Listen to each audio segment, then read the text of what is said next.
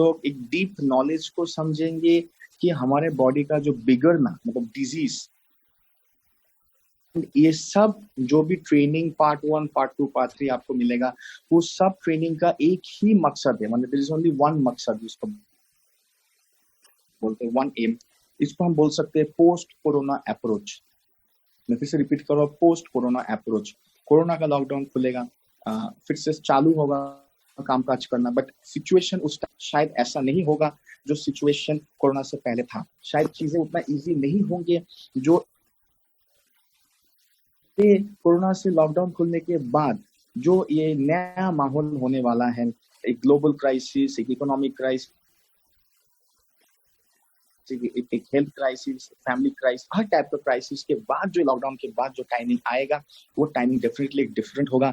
इसलिए उस टाइमिंग के लिए भी डिफरेंट होगा, काम करने का बहुत सारा मॉड्यूल भी डिफरेंट होना चाहिए, तब जाके ये जो दुनिया हिला हुआ है, हर एक देश हिला हुआ है, ताकि हम ना हिले, मतलब हम ना हिल जाए, हम लोग ना प्रॉब्लम में आ जाए, हम तो दुनिया से आगे ही निकल पाए। आप सब लोग मेरा आवाज सुन पा रहे ठीक से? Can everybody hear me? अगर सुन पा रहे तो पा रहे, एवरीवन कैन हियर मी? या ओके, तो yes sir, sound is clear. Okay, so बात तो स्पेशल ट्रेनिंग को रखा गया। सबसे पहले मैं ये बोलना चाहूंगा, आप सब लोग काइंडली ईश्वरी सर को एक स्पेशल थैंक्स दीजिए। इतना इजी नहीं है, सर ने से अप्रूवल लेके अलग से एक टाइम निकालती, इसलिए ये पूरा ही क्रेडिट जाता है ईश्वरी सर को। उनको आप लोग उनको specially he has done something which is very difficult, but he still did it for me, for the team। आप सब टीम के लिए उन्होंने किया है। मैं तो ऑलवेज आप सबके लिए हो, बट इस काम को कराना भी उतना इजी नहीं, सर ने करा के दिखाया है। So special thanks to him from all of you. अब बात कहाँ पे, मैंने जो पोस्ट कोरोना अप्रोच का बात करा था कि पोस्ट कोरोना आज सबसे दुनिया का हॉट टॉपिक है। आई थिंक ऑडियंस के लिए भी सबसे बड़ा हॉट टॉपिक भी यही होना चाहिए, हर एक ऑडियंस लीडर के लिए हॉट टॉपिक डेफिनेटली ये होना चाहिए, बिकॉज कोरोना का लॉकडाउन खुलने के बाद, चाहे आपका नेपाल का हो या चाहे हिंदुस्तान का हो, सिचुएशन विल नॉट बी जो पहले था। लोगों का माइंड वुड नॉट बी जो पहले था। काफी सारे पॉजिटिव्स का नेगेटिव हो सकता है और काफी सारे नेगेटिव्स का भी पॉजिटिव हो सकता है। काफी सारी चीजों बदलाव आएगा। बहुत सारी चीजें पहले इस मॉड्यूल में तो पॉजिटिव में आएंगे, बहुत सारे पॉजिटिव चीजें नेगेटिव में जाएंगे। ऑफ कोर्स एक क्राइसिस से गुजर रहा है अभी हमारे देश, हमारे दुनिया, सडन चेंज आता है, बट वो चेंज ताकि हमारे लिए फायदेमंद हो, हम उसमें फायदा उठा पाए, हम रहे, हम लोग माइनस में ना चले जाए, इसलिए ही ये ट्रेनिंग को कराया जा रहा है, इस स्पेशल प्रोग्राम को रखा जा। जब मैं बार बार बोल रहा हूँ पोस्ट कोरोना अप्रोच मतलब कोरोना के बाद क्या अप्रोच है, मतलब प्री कोरोना ये है, कोरोना के लॉकडाउन के टाइम जो कर रहे हैं वो कोरोना के बाद, कोरोना लॉकडाउन के बाद के लिए ही। एक चीज कोरोना ने साबित करके दिया है कि हम अपने हेल्थ को प्यार करते हैं। अगर हम अपने हेल्थ को प्यार नहीं करते तो घर में चुपचाप बैठते थे, है ना। अभी आपको अगर कोई बोले कि आपको अब भी एक गैदरिंग में जाएंगे तो 103D का ज्वाइनिंग मिलेगा, 103D का, आप जाओगे गैदरिंग में?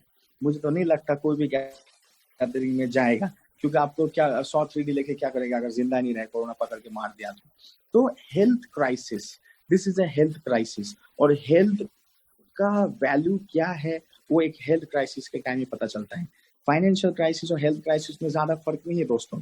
जब एक इंसान के पास बैंक बैलेंस एसेट्स होता है, तब वो पैसा क्या है, उसका वैल्यू क्या है, वो उतना नहीं देता है। जब उसका पॉकेट खाली होता है, इनकम नहीं होता है, उस टाइम वो रियली वैल्यू देता है कि पैसा क्या चीज है, अपॉर्चुनिटी क्या चीज है, जो आज बहुत सारे लोग दुनिया में वैल्यू दे रहे हैं। सेम वे बहुत सारे टैक्टिक्स है, बहुत सारे टेक्निक है, बहुत सारे स्ट्रेटेजीज है जो पहले कोरोना अप्रोच के बाद अपनाया जाए तो एक बहुत ही ड्रामेटिक रिजल्ट आ सकते हैं, बहुत ही स्ट्रॉन्ग एक ग्रोथ हो सकता है। बिकॉज जब दुनिया इस शॉक से निकल रहा होगा, हम लोग ऑलरेडी आगे चले गए होंगे, लोग हमारे पीछे पीछे ही ऑडियंस में आपके साथ करना बहुत ज्यादा इंपॉर्टेंट है फ्रेंड्स। तो आज का जो टॉपिक है वो टॉपिक होगा what is a disease. Disease लोग निकल नहीं पा रहे।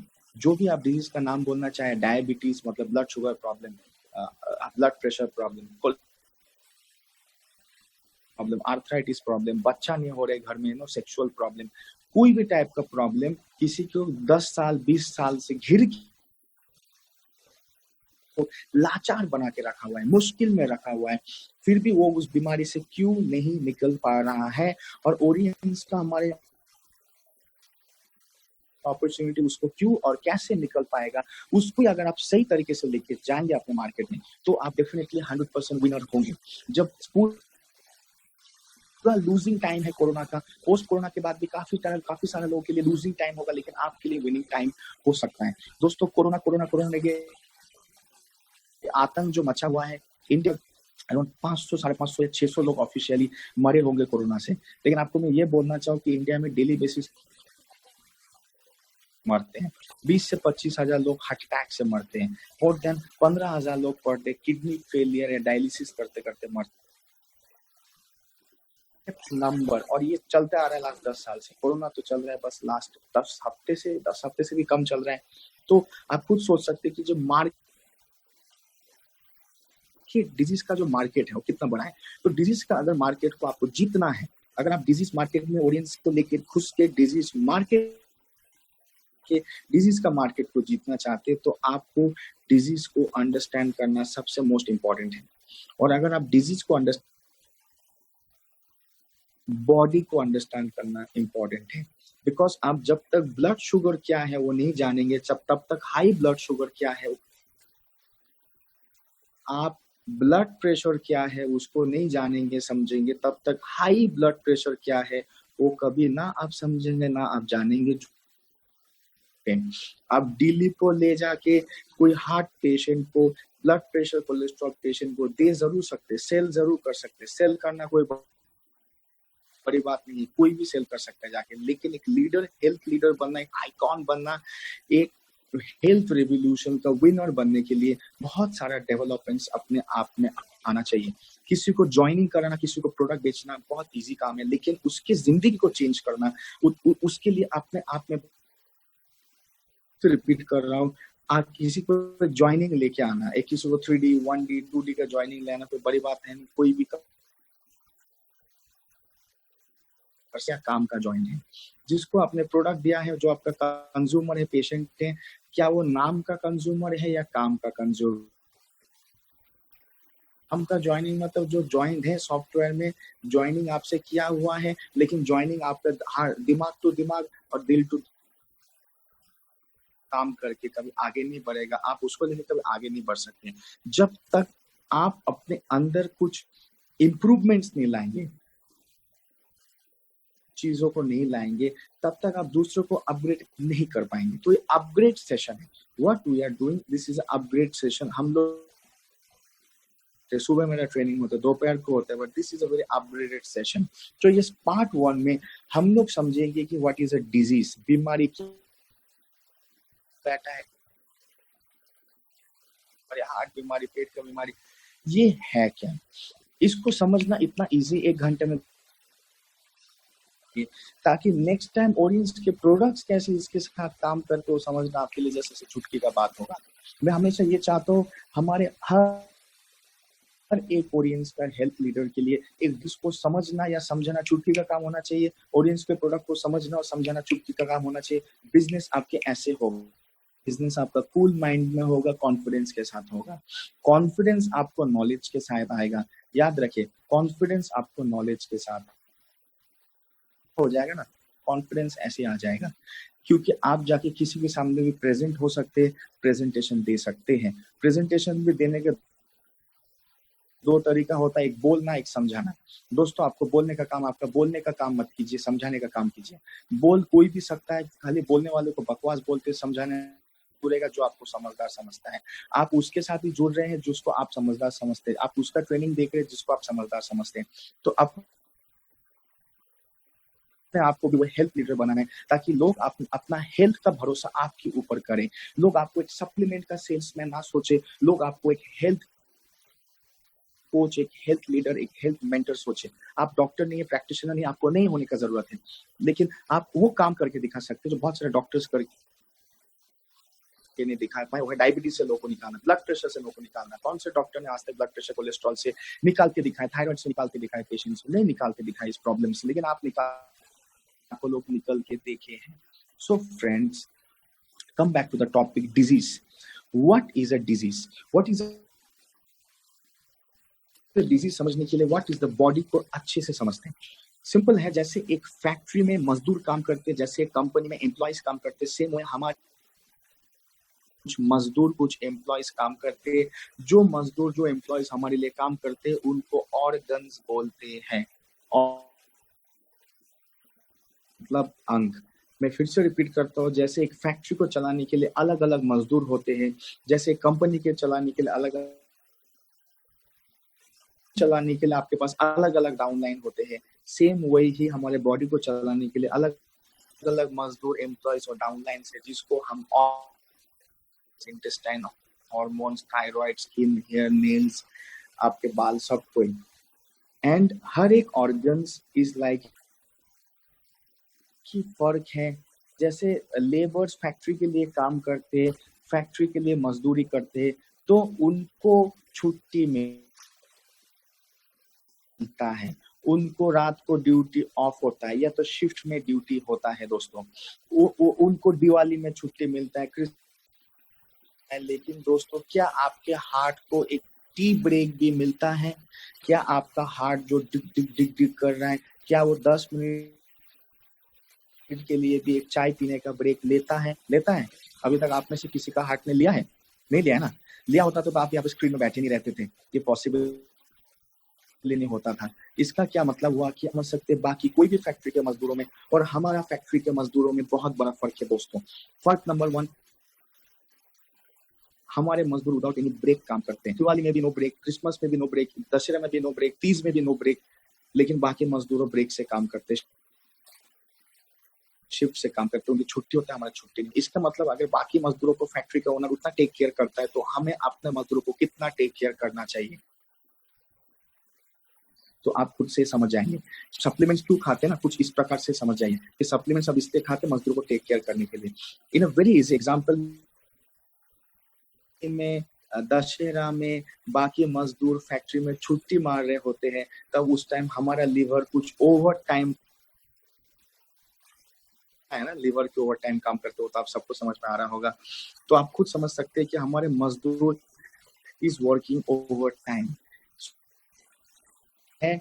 ऑर्गन्स का एक नेटवर्क, मैं फिर से रिपीट कर रहा हूँ, what is a human body? Human body क्या है? ऑर्गन्स और आप नेटवर्क मार्केटिंग करें, हेल्थ नेटवर्क करें, मतलब आप और आपके साथ जुड़े हुए लोग। सेम वे ऑर्गन्स और ऑर्गन्स के साथ जुड़े हुए ऑर्गन्स, ओरियंस, लीडर्स और उसके साथ जुड़े हुए लीडर्स, वो है Orions. What is your team? आपका टीम क्या है? आपका टीम है जैसे ईश्वरी सर, मतलब ईश्वरी सर और जुड़े हुए आप सब एक नेटवर्क से। वो आपका बॉडी क्या है? ऑर्गन्स और उसके साथ हर ऑर्गन से जुड़े हुए। आप ऐसा भी बोल सकते हैं हार्ट और उसके साथ जुड़े हुए सब ऑर्गन्स, या ऐसे भी बोल सकते हैं पैंक्रियास और उसके साथ जुड़े हुए सब ऑर्गन, लिवर और। What is the human body? Human body है ऑर्गन्स और उसका एक नेटवर्क, ऑर्गन्स और उसका एक नेटवर्क है। तो बीमारी क्या है, डिजीज क्या है? दोस्तों सिंपल एग्जांपल लीजिए, अगर बॉडी ऑर्गन्स है तो फिर से रिपीट कर रहा हूं, अगर आपका बॉडी ऑर्गन्स मतलब आपका बॉडी है, तो बीमारी मतलब ऑर्गन्स का डैमेज। As simple as. कोई आपको बोलेगा what is a disease, what is a human body? Human body क्या है? ऑर्गन्स और उसका network, that's human body. What is a disease? बीमारी क्या है? ऑर्गन्स का डैमेज, ऑर्गन्स के नेटवर्क का डैमेज। बस इतना ही आसान है, इतना ही सिंपल है। क्लास 5 का बच्चा भी इसको बोल सकता है। फिर से रिपीट करता हूँ, ध्यान से सुनिए, लिख लीजिए, दिमाग में लिख लीजिए सबसे है कि what is human body? Organs और ऑर्गन्स का network. What is a disease? Organs का डैमेज और उसके नेटवर्क में डैमेज। सिंपल। अगर ऑर्गन और उसका नेटवर्क ह्यूमन बॉडी है तो डिजीज क्या है? ऑर्गन और उसके नेटवर्क में damage, that is a disease. That is diabetes, that is kidney failure, that is heart problem, that is hormonal problem. सब कुछ करके लिंक्ड है। तो डिजीज को इजीली समझने के लिए बस आपके नेपाल में ऑलमोस्ट 30% लोगों को डायबिटीज, आपके 3 करोड़ पॉपुलेशन में ऑलमोस्ट नियरली 1 करोड़ लोग पॉपुलेटेड ऑलमोस्ट 40 करोड़ लोग डायबिटीज है, और उसमें से ऑलमोस्ट एक साल में अराउंड 1 करोड़ लोग डायबिटीज से मरते। It's a huge number market with diabetes. System में बार-बार डायबिटीज का बात बोलता हूँ। तो एक सिंपल वर्ड में बोलते हैं बीमारी क्या है। बीमारी को समझने के लिए मैं चाहूंगा आप लोग सेमिनार के टाइम मूवमेंट्स कम करें और ध्यान से एक जगह में बैठ के सुने, राइट? तो आपके लिए समझना आसान होगा। देखिए, व्हाट इज अ डिजीज। अगर डिजीज को समझना है तो पहले ऑर्गन को समझते हैं। हर एक ऑर्गन का एक स्ट्रक्चर होता है, और मैंने एक ऑर्गन होता है, उस ऑर्गन का फंक्शन होता है। मैंने कल भी एग्जांपल दिया था, जैसे आपका आंख है, आंखों का स्ट्रक्चर ऐसा है, इसमें एक रेटिना है, इसका एक वाइट एरिया है, सबके आंख ऐसे ही है, राइट? यहाँ पे एक आईब्रो है, यहाँ पे एक आईलिड्स है, राइट?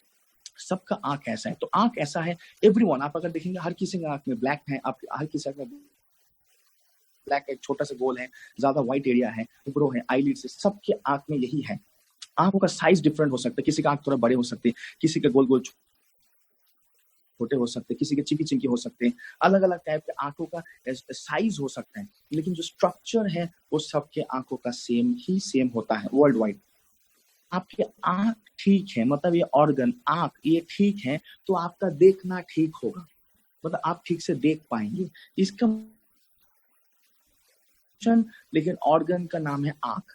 मैं क्या बोला? ऑर्गन का नाम है आई और उसका फंक्शन है विजन। क्या आप मेरे साथ कर रहा हूं? ऑर्गन का नाम, ऑर्गन क्या है? आई, और आई का फंक्शन क्या है? विजन, मतलब देखना, देखने का काम। ये ऑर्गन ठीक रहेगा तो इसका जो फंक्शन है, देखने का जो फंक्शन है वो बढ़िया रहेगा, जबरदस्त रहेगा, प्रॉब्लम नहीं होगा। तो देखने में ऑटोमेटिक प्रॉब्लम होगा, आपको देखने में प्रॉब्लम होगा, आपको सोने में प्रॉब्लम होगा, कोई भी जो काम आंख के द्वारा होता है वो प्रॉब्लम ऑटोमेटिकली। देखने में प्रॉब्लम है, आपको विजन प्रॉब्लम है, तो विजन का प्रॉब्लम क्यों है? आंखों के प्रॉब्लम की वजह से। आंख खराब हुआ बोल के आपका देख,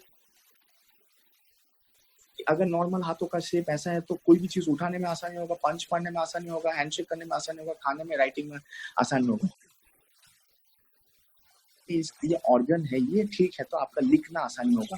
ये ऐसा हो गया, ऐसा रह गया तो आप लिख नहीं पाएंगे। इसका मतलब, और उसका एक फंक्शन, अगर ऑर्गन में पकड़ेगा, ऑर्गन अगर खराब हो जाएगा तो उसका फंक्शन आएगा।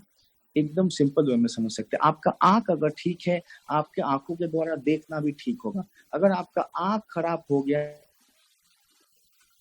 तो आंखों के द्वारा आपका देखना भी ऑटोमेटिकली ही खराब हो जाएगा दोस्तों।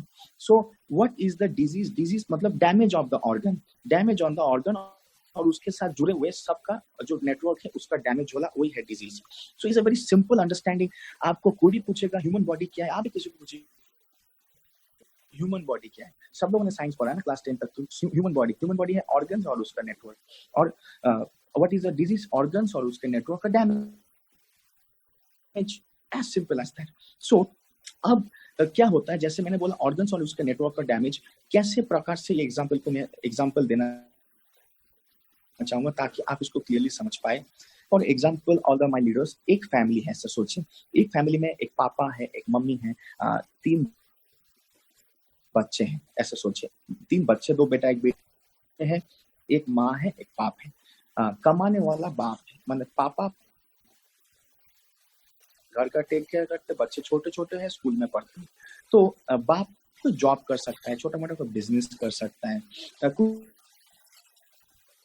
कुछ भी करता है और पैसा कमाता है, जिससे उसका घर अच्छे से चलता है, बीवी खुश रहती है, तीनों बच्चे को पालता है, स्कूल अच्छी जगह में भेजता है, खिलौना खरीद के देता है, एवरीथिंग।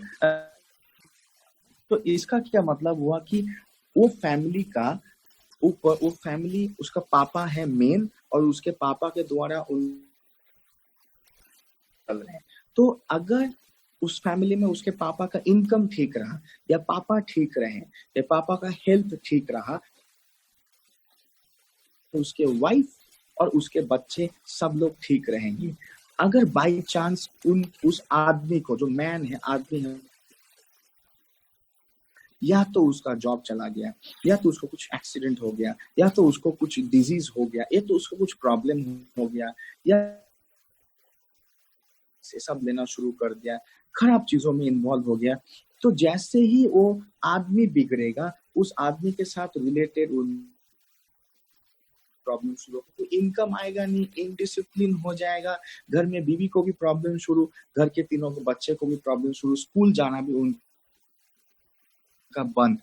इसका मतलब एक, आप सोचिए, इसका मतलब है उसका पापा, उसके बीवी और 3 बच्चे, टोटल 5, सोचिए 5 फैमिली मेंबर में के ऊपर उसका माँ डिपेंड है, माँ के ऊपर बच्चे डिपेंड है। तो जैसे उसके पापा को कुछ, बाप को कुछ हो गया, ऑटोमेटिकली तो बच्चों को इफेक्ट होगा, उनका एजुकेशन, फ्यूचर सब इफेक्ट होगा। इसका मतलब डैमेज हुआ एक ऑर्गन में जिसको फादर बोलते, वो डैमेज पास हुआ मदर को, वो मदर से बच्चों में भी पास हुआ, पूरा जो फैमिली वो डैमेज हो गया, मतलब हमारा body. Same way what is a disease, हमारा बॉडी में डिजीज क्या है, एक ऑर्गन का डैमेज और उसके साथ जुड़े हुए ऑर्गन्स का नेटवर्क का डैमेज। जस्ट लाइक वो आदमी, मैंने वो जो फादर डैमेज हुआ, उसके वजह से जुड़ा हुआ उसके वाइफ और उसके बच्चे सब डैमेज हुए, सेम हुआ हमारे शरीर में भी सर, और ऑर्गन और उसके साथ जुड़े हुए सारा नेटवर्क ऑफ ऑर्गन्स का डैमेज को हम लोग डिजीज बोलते हैं। This is the best example in diabetes, in heart disease, in any of the disease. So इसका मतलब क्या हुआ दोस्तों, अगर प्रॉब्लम किसी के ऑर्गन में है, प्रॉब्लम देख से किसी के ऑर्गन्स में है, तो रिपेयर किसी के ऑर्गन में होना चाहिए। क्यों? तो आज मेडिकल इंडस्ट्री, मेडिकल ट्रीटमेंट से भी लोग बीमारी से निकल नहीं पा रहे, इसको ही हमें अभी समझना, इसको, इसी चीज को हम अभी समझेंगे। सो अब ऐसा सोचिए कि अगर आपका आंख खराब हुआ तो आंखों से देखना खराब होगा, आपका हथेली में कुछ गड़बड़ हो गया, हथेली के द्वारा सब कामकाज गड़बड़ होगा। तो समझ में आया? तो आप खुद भी समझ सकते हैं, अगर आपका हार्ट डैमेज हुआ तो हार्ट के साथ जुड़े हुए जो भी फंक्शन वो सब डैमेज होंगे। हार्ट के साथ जुड़ा हुआ है कोलेस्ट्रॉल, हार्ट के साथ जुड़ा हुआ है आपका टोटल सर्कुलेशन, खून का चलाचल, वो सब ऑटोमेटिक फंक्शन है। और हार्ट का कार्यक्रम क्या है? ब्लड को पूरा बॉडी में ठीक से चलाना। हार्ट का कार्यक्रम क्या है? ब्लड प्रेशर को पूरा बॉडी में ठीक रखना, चाहे बॉडी में पूरी तरह ठीक रखना। अगर हार्ट ही बिगड़ गया, ऑटोमेटिक सब बिगड़ ही जाएंगे, वहां पे कोई बचने का उपाय बिल्कुल भी नहीं है। इसका मतलब बचने का उपाय ही आपको चाहिए। तो the most important thing is कि आपको हार्ट को ठीक करना पड़ेगा। मैं बार बार एक ही चीज बोल रहा था आप सबको, आपकी क्या बोलते हैं, सॉरी,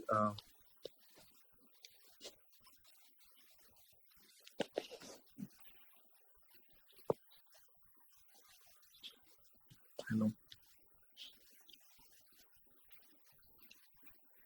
या सॉरी, सम नेटवर्क इश्यूज। तो मैं जो बोल रहा था कि डिजीज से क्यों नहीं निकल पा रहे, अगर डैमेज हुआ है ऑर्गन में तो रिपेयरिंग भी करना चाहिए ऑर्गन में। इसका मतलब क्या है, किसी का आंख में कुछ छानी पड़ गया, आंखों में कुछ प्रॉब्लम हो गया, आप चश्मा लगा के देख तो सकते हैं, लेकिन वो चश्मा कभी भी आपके आंखों का प्रॉब्लम का परमानेंट सॉल्यूशन नहीं बन सकता है। कैसे वो परमानेंट सॉल्यूशन बनेगा? वो तो बाहर का चीज है, लेकिन आंखों का तो खुद का पावर है देखने का। अगर आंख ही डैमेज हो गए तो आंखों के द्वारा जो कार्य क्रम है, देखना, रोना, सोना, ऑटोमेटिक डैमेजेस हो जाएंगे। आई मीन टू से, अगर एक ऑर्गन डैमेज होता है तो उस ऑर्गन का जो कार्यक्रम है, उसके जो फंक्शंस है, वो ऑटोमेटिकली ही डैमेज होते हैं। जस्ट लाइक हार्ट का कार्यक्रम है blood pressure control, cholesterol control, blood supply control, ये सब उसके कार्यक्रम है। सो हार्ट अगर डैमेज हो गया तो इसके साथ सब लोग ये डैमेज होंगे। तो इसका मतलब दोस्तों, आप इस चीज को समझ पा रहे हैं, आपने कोई कोलेस्ट्रॉल का पेशेंट को अपने फैमिली में देखा है, जान पहचान में देखा है, तो असली प्रॉब्लम दोस्तों उसके ब्लड प्रेशर में ना पे था, हार्ट में। तो उसका रिपेयरिंग कहाँ पे होना चाहिए? उसके हार्ट में। प्रॉब्लम अगर हार्ट में है तो नहीं, क्योंकि ब्लड प्रेशर उस हार्ट के प्रॉब्लम का एक रिजल्ट है। तो आप रिजल्ट के ऊपर काम ना करके प्रॉब्लम के और रिजल्ट खराब से अच्छा की तरफ चला जाएगा दोस्तों। This is the main reason कि आज बहुत करके भी ठीक क्यों नहीं हो पा रहे, क्योंकि उनको खुद ही पता नहीं उनको बीमारी क्या है। कोई भी एक डायबिटीज पेशेंट को पूछे या नेपाल में कि अच्छा सर आपको डायबिटीज है तो ये क्या है? डायबिटीज आपका जो बीमारी है, 10 साल से आप दवाई फवाई खा रहे हो, तो बीमारी है क्या सर? आप और डायबिटीज, मुझे ना वो ब्लड शुगर का प्रॉब्लम है। वो बोलेगा मुझे हाई ब्लड शुगर है, कोई बोलेगा मुझे ब्लड शुगर का प्रॉब्लम है, कोई बोलेगा मुझे हाई ब्लड शुगर है। इसलिए तो वो डायबिटीज ठीक नहीं हो रहा है ना लाइफ में, बिकॉज उसको पता ही नहीं है उसका प्रॉब्लम है कहाँ पे। उसका प्रॉब्लम उसके ब्लड शुगर में नहीं है। जब हम लोग समझ जाएंगे ये मैकेनिज्म, तब आपको डायबिटीज ओनली 2 मिनट में समझ में आ जाएगा। इतना डिफिकल्ट डायबिटीज चीज में ओनली आपको 2 मिनट में समझ में आ जाएगा। कुछ डायबिटीज को अगर आप समझना चाहते हैं, कुछ इस प्रकार का एक्सप्लेनेशन देते हैं। जो एक्सप्लेनेशन आपको दूंगा कुछ इस प्रकार का एक्सप्लेनेशन देते हैं दोस्तों। हम सब लोग भात खाते हैं, चावल खाते हैं, है ना, चावल खाना पसंद करते हैं। आप सबको पता है कि चावल के अंदर चीनी होता है, मतलब शुगर होता है, कार्बोहाइड्रेट्स होते हैं, उसमें ग्लूकोज होता है। तो आप सोचिए आपने चावल खाया, चपाती खाया, रोटी खाया, कोल्ड ड्रिंक पिया, आइसक्रीम लिया, कुछ भी मीठा टाइप का कुछ भी आपने लिया, कोई भी मीठा चीज आपने खाया। जैसे आप मीठा चीज खाएंगे ऑटोमेटिकली आपका ब्लड शुगर जंप होगा। What do I mean by blood sugar jump होना? मेरा जो मतलब है ब्लड शुगर जंप होने का मतलब वो कुछ इस प्रकार से समझे। मैं जो वीडियो में अभी हाथ दिखा रहा हूँ, इस चीज को आप अगर ध्यान से देख पाएंगे तो आप समझ जाएंगे मैं क्या बोलने का कोशिश कर रहा हूँ। सपोज ऐसा सोचिए कि आपका ओके, अब आपने खाया, आपका एक नॉर्मल ब्लड शुगर है, नॉर्मल, जिसको हम फास्टिंग बोलते हैं, ये नॉर्मल ब्लड शुगर है। आप कोल्ड ड्रिंक है, कुछ भी मीठा चीज लिया, तो ये जो ब्लड शुगर जो नॉर्मल जगह में था, ऑफ कोर्स वो जंप करेगा। जस्ट लाइक अगर एक बाल्टी मैंने आधा भरा है और उसके ऊपर आपने टैप चला दिया, तो क्या होगा? बाल्टी भरना शुरू होगा ना, बाल्टी में पानी का लेवल भरना शुरू होगा। ब्लड में शुगर के लेवल ऐसा था और उसके उस ब्लड में अपने शुगर ऐसे डालता गया, कहाँ से? चावल से या कोई मिठाई से या कोल्ड ड्रिंक आपने डालता गया। तो होगा क्या? जो ब्लड शुगर का जो लेवल है, जो ब्लड शुगर का जो मात्रा है, वो ऑटोमेटिक जंप करेगा। ये बिल्कुल नॉर्मल से ऊपर जंप करेगा। ये सबके अंदर होगा, ये होना भी चाहिए। लेकिन उसके बाद क्या होना चाहिए? वो सब शुगर का लेवल जंप होना चाहिए। ब्लड शुगर का लेवल जंप हुआ, ऑटोमेटिक जो हमारा शरीर का जो सबसे इंटेलिजेंट ऑर्गन है, ब्रेन, जो सबसे माने कीमती ऑर्गन है, इंटेलिजेंट ऑर्गन है, जानदार शानदार ऑर्गन है, उसको बोलते हैं हम ब्रेन। वो ब्रेन ऑटोमेटिकली एक्टिवेट होगा। वो ब्रेन पढ़ लेगा, अरे मेरा बॉडी में, मेरा ब्लड के अंदर तो जरूरत से ज्यादा शुगर आ चुका है, तो क्या होगा? ये एकदम एक अलर्ट हो जाएगा कि मेरे ब्लड में शुगर का मात्रा अलर्ट हो जाएगा। जैसे ये अलर्ट हो जाएगा, ऑटोमेटिक ये ब्रेन सिग्नल भेजेगा एक ऑर्गन को, जिसको बोलते हैं पैंक्रियास। मैं फिर से बोल रहा हूँ, जैसे ब्लड शुगर का लेवल नॉर्मल से ऊपर हो जाएगा, ये ऑटोमेटिकली सिग्नल भेजेगा एक ऑर्गन को, जिसको बोलते हैं पैंक्रियास। पैंक्रियास में सिग्नल क्या जाएगा? पैंक्रियास भी एक मजदूर है। सोचिए पैंक्रियास एक एक डाउन लाइन है और उसका अप लाइन है ब्रेन। तो जैसे आप एक अपलाइन, आप से डाउनलाइन सुने, तो आप अपने डाउनलाइन को गाइड करते हैं कि क्या करना है, कल क्या करना है, परसों मीटिंग कैसे करना है, ट्रेनिंग कैसे करना है। सेम ऐसे सोचिए, ब्रेन है अपलाइन और एक पैंक्रियास है डाउनलाइन। तो पैंक्रियास, ब्रेन क्या करेगा? पैंक्रियास को सिग्नल भेजेगा अपना काम शुरू करो। मतलब फिर से रिपीट करता हूं, आपने चावल खाया, ब्लड शुगर का लेवल नॉर्मल से ऊपर गया, ऊपर जाते ही ब्रेन ने इसको पढ़ लिया। ब्रेन ने इसको पढ़ने के बाद देखा, अरे मेरे शरीर के अंदर ब्लड शुगर का जो मात्रा है जरूरत से ज्यादा हो गया है। तो ऑटोमेटिक ब्रेन ने पैंक्रियास को एक सिग्नल भेजा कि भाई अपना काम फटाफट शुरू करो। तो पैंक्रियास का काम है क्या? पैंक्रियास का काम है इंसुलिन बनाना। फिर से मैं रिपीट करता हूँ, पैंक्रियास एक ऑर्गन का नाम है और उससे जो इंसुलिन। और इंसुलिन का काम क्या है? इंसुलिन का काम है जो ब्लड शुगर ज्यादा हो गया है, बाहर से आके जो ज्यादा हो गया है, उसको बैक, मतलब 100 था 200 हो गया, वो डेंजरस है बॉडी के लिए। इंसुलिन जैसे ही पैंक्रियास से निकला, वो इंसुलिन 2 घंटे के अंदर बॉडी एकदम फिर से ठीक हो गया। सो मैकेनिज्म को अच्छे से समझे दोस्तों।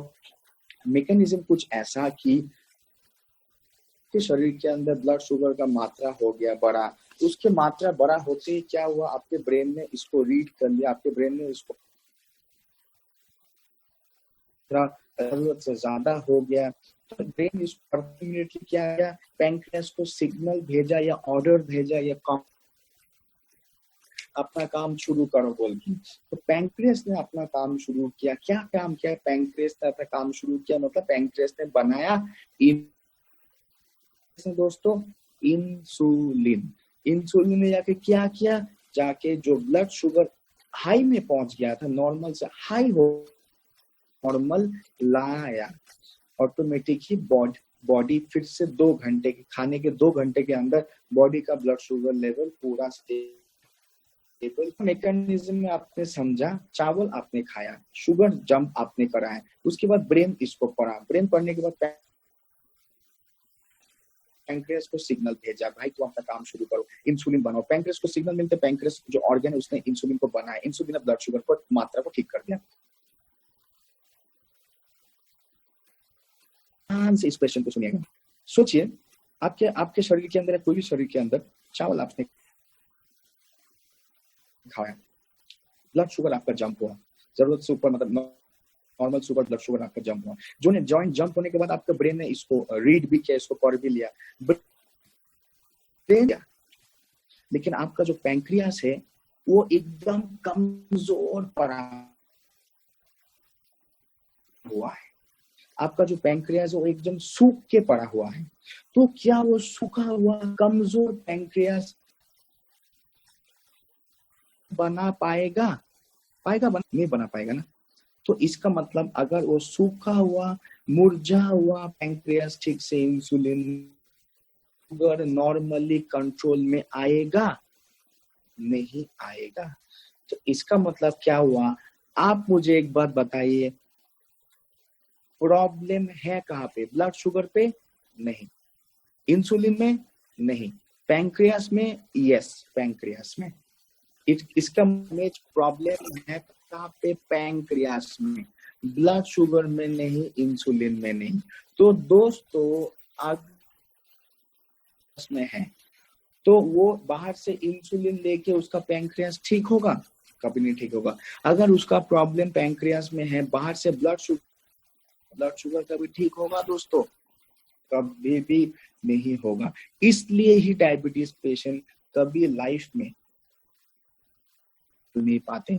जो आप सोचते रहते कि एक डायबिटीज पेशेंट क्यों डायबिटीज से निकल नहीं पा रहा है, दोस्तों इज अ सिंपल आंसर।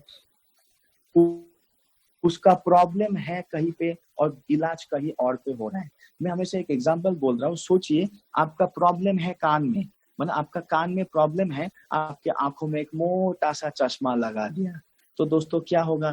कान तो गया, अभी आंख भी चला जाएगा। और कान इज वेरी सिंपल। अगर प्रॉब्लम किसी का पैंक्रियास, किसी का ऑर्गन में है, पैंक्रियास ऑर्गन में, तो उसको इंसुलिन को ठीक करके कभी उसका ठीक नहीं होगा, उसका ब्लड शुगर को ठीक करके भी कभी ठीक नहीं होगा।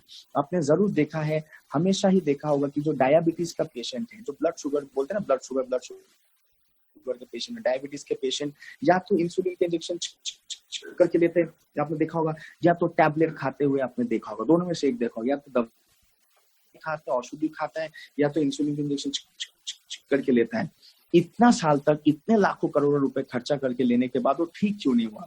बीमारी से आउट क्यों नहीं हो? प्रॉब्लम ब्लड शुगर में कभी था ही नहीं, उसका प्रॉब्लम इंसुलिन में कभी था ही नहीं, उसका प्रॉब्लम था उसके ऑर्गन में जिसका नाम है पैंक्रियास। को किसी ने देखा भी नहीं, किसी ने हेलो हाय भी नहीं बोला।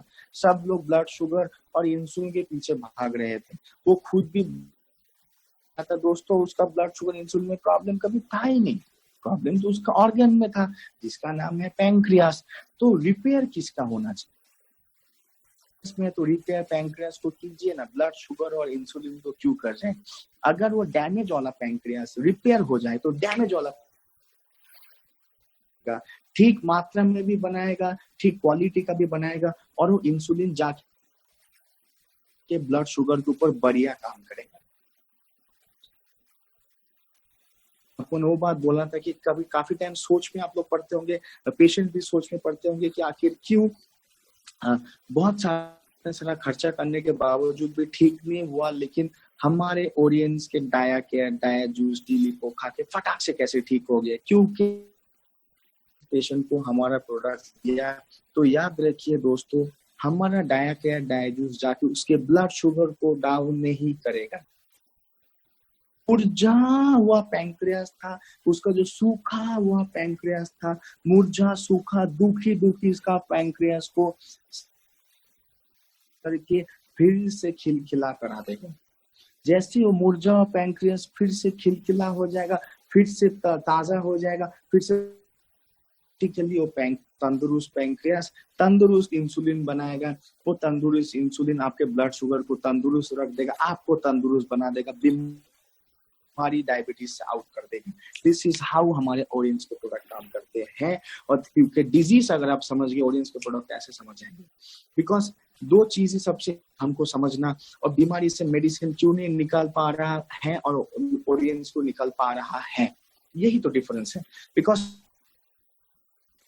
पेशेंट के पास जाते मैं अच्छे से एक बार जानता हूँ, पेशेंट आपको बहुत कुछ सोचते, आप तो डॉक्टर नहीं है, आप क्या हो, आप तो कोई विदेश से पास किए हुए डॉक्टर नहीं हो, इतने बड़े बड़े डॉक्टर ने मुझे ठीक नहीं कर पाए, मैं अपोलो गया, वेलोर गया, कोलकाता गया, रुपए खर्चा करके मेरा कुछ नहीं हुआ है। अरे होगा नहीं भाई, कहाँ से होगा? उसका प्रॉब्लम कहीं पे है और उसका इलाज कहीं पे हो रहा है। मैं बोलता, फिर मैं हिंदी में आपको एक्सप्लेन करता हूँ। देयर इज अ सेइंग, एक कहावत है, if you want a sweet fruit think about the root. अगर आपको एक मीठा फल चाहिए तो फल के बारे में ना सोच के, फल के ऊपर काम ना करके, जड़ के ऊपर काम करे। पेड़ का जड़ अगर ठीक है ना, वो सही जड़ वाला पेड़ सही पेड़ खड़ा करके सही फल देगा। और अगर जड़ ही खराब है, जड़ में ही प्रॉब्लम है, तो ऑटोमेटिकली जो पेड़ खराब है वो भी खराब होगा। जो आम निकलेगा ना उस पेड़ से, जो फल निकलेगा ना उस पेड़ से, वो सब खट्टा खट्टा होगा, खराब खराब, सड़ा सड़ा, जहरीला जहरीला होगा ना, आप खाने का खिलाएंगे। तो इसका मतलब क्या हुआ? अगर आपको ब्लड शुगर ठीक चाहिए तो आप ब्लड शुगर के लिए उसके लिए परवाह ना करें। शुगर का जो रिस्पॉन्सिबिलिटी लेता है पैंक्रियास, उसके ऊपर फोकस करें।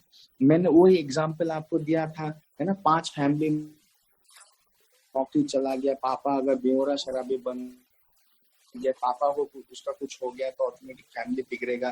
तो आप सोचिए, आपका ही एक पड़ोसी है, आपका दोस्त है, जिगरी यार है छोटे उम्र से, और आपने देखा आपका दोस्त के फैमिली में ऐसा प्रॉब्लम चल रहा है कि उसका नौकरी क्या है, उसका बिजनेस अभी,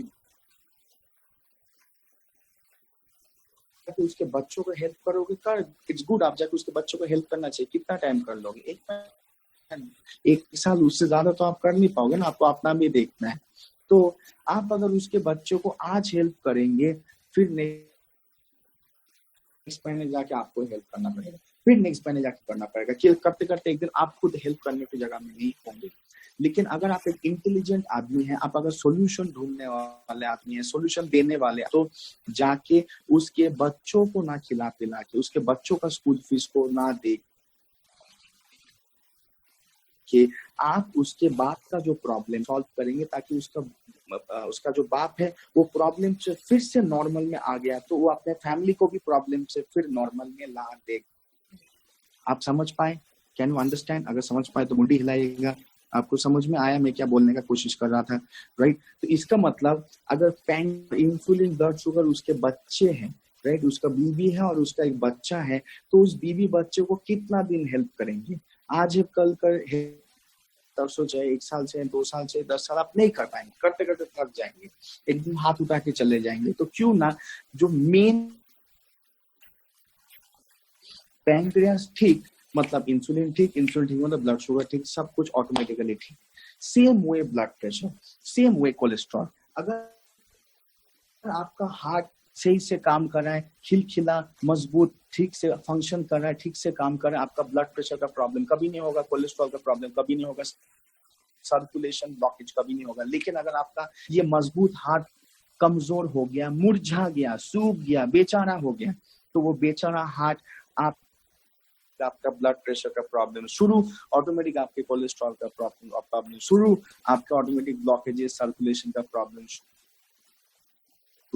तो आप अगर चाहते हैं कि आपका ब्लड प्रेशर का जो प्रॉब्लम है 10 साल से वो आप 10 हफ्ते में अगर छुटकारा पाना चाहते हैं, तो नेक्स्ट 10 हफ्ते 10 साल जैसा मिस्टेक ना कीजिए। पेशेंट को, जो बोल रहा हूँ आप तो जानते हैं, आप पेशेंट को ये सिखाइए कि जो पेशेंट ने 10 साल आपने मिस्टेक किया है कि ब्लड प्रेशर के ऊपर काम करना, ब्लड प्रेशर को ट्रीटमेंट करने का काम किया है, लेकिन ब्लड प्रेशर आज तक ठीक नहीं हुआ, क्योंकि प्रॉब्लम कोई ब्लड प्रेशर में था नहीं, प्रॉब्लम हार्ट के फंक्शनिंग में था, हार्ट के मजबूती में था। हार्ट कमजोर हो गया, इंसान मुरझा गया। अगर उस मुरझा हुआ पेशेंट को बैक टू नॉर्मल में लाना है, तो उसके ब्लड प्रेशर को कोई जरूरत नहीं कुछ करने के लिए।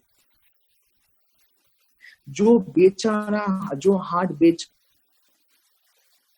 हो गया, मुरझा गया, सूख को खिला के फिर से हार्ट को back to normal function, automatic ही ब्लड प्रेशर ठीक, कोलेस्ट्रॉल ठीक। मतलब बोलते हैं ना बीमारी को जड़ से निकालना है, बोलते हैं ना बीमारी को जड़ से निकालना, बीमारी को जड़ से निकालना।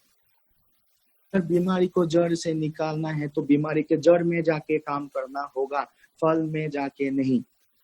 Could you understand me? अगर आपको डायबिटीज को निकालना ही है तो उसका बीमारी का जड़ पैंक्रियास में है, ब्लड शुगर में नहीं। अगर डायबिटीज को जड़ से निकालना है तो जाइए उसके जड़ में जो है पैंक्रियास, और उस जड़ को ठीक करे, उसका डैमेज को आउट करे, उसके प्रॉब्लम को आउट करके उसको नॉर्मल जगह पे लाए। आपका ब्लड शुगर नॉर्मल जगह पे आएगा, डायबिटीज आपको छोड़ के लिए। हमें अ वेरी सिंपल मैकेनिज्म, इसलिए मैंने बोला था what is a disease. Disease है ऑर्गन्स और उसके नेटवर्क का डैमेज। दोस्तों, का डैमेज मतलब ऑर्गन का damage is a disease. Organ ठीक तो हेल्दी, ऑर्गन डैमेज तो डिजीज। फिर से बोल रहा हूं, ऑर्गन ठीक आपके अंदर है, डिजीज तो अगर आपको डिजीज को आउट करना है तो ऑर्गन के डैमेज को आउट करना है। ऑर्गन को आउट नहीं करना है, ऑर्गन के डैमेज को आउट करना है। जिस दिन ऑर्गन का डैमेज आउट, उस दिन डिजीज आपके बॉडी से out. Simple and straight mechanism है दोस्तों, इससे ज्यादा सिंपल कुछ नहीं होगा। क्लास 5 का एक बच्चा भी इसको समझ के समझा सकता है। कोई भी एक बीमारी डायरेक्टली लिंक्ड है उसके ऑर्गन से। इसलिए आप कभी कभी सोचते हैं इतने साल से बहुत किया लेकिन उनको कुछ हुआ नहीं है, ओरियंस के प्रोडक्ट से ये क्या जादू हो रहा है, ये क्या कमाल हो रहा है। लेकिन मैं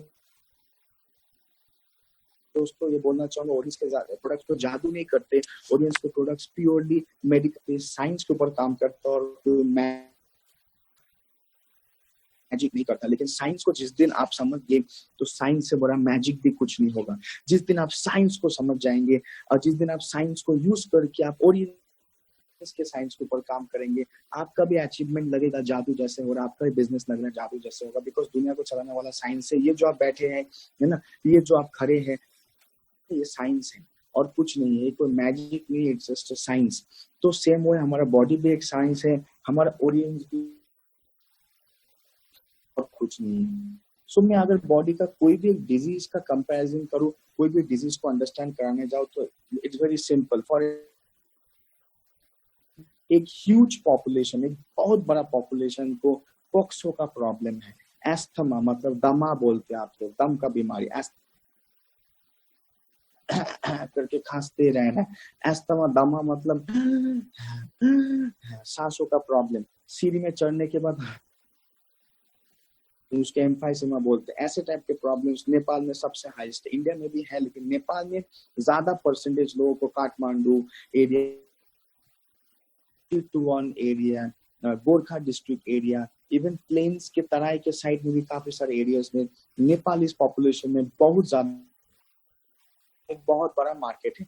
मुझे लगता है लंग्स के बारे में अगर आप ठीक से थोड़ा बहुत अभी समझ जाएंगे, लंग्स का प्रॉब्लम आपके लिए बहुत बड़ा मार्केट है। जैसे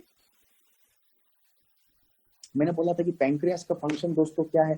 पैंक्रियास का फंक्शन इंसुलिन बनाना, अल्टीमेटली पैंक्रियास का फंक्शन इंसुलिन बना के ब्लड शुगर को ठीक जगह में रखना। हार्ट का फंक्शन क्या है? ब्लड प्रेशर को ठीक जगह में रखना। सेम वे हमारा जो लंग्स है, जिसका पॉक्सो बोलते हैं नेपाल में, फेफड़े बोलते हैं हिंदी में, उसका काम क्या है? सांस लेना देना। ये जो सांसों का काम किसका है? लंग्स का। चलिए काम करते हैं। आप सब लोग स्क्रीन में बैठे, मैं कुछ को देख पा रहा हूँ। जब मैं बोलूंगा 1 2 3, सब लोग एक साथ सांस लेंगे। ओके, ठीक है, लेंगे ना सांस? सांस लेने में कम तो नहीं है ना? राइट, सांस तो ले सकते हैं ना एक साथ। चलिए, जब मैं 1 2 3 बोलूंगा, सब लोग एक साथ सांस लेंगे। 1 2, फिर से।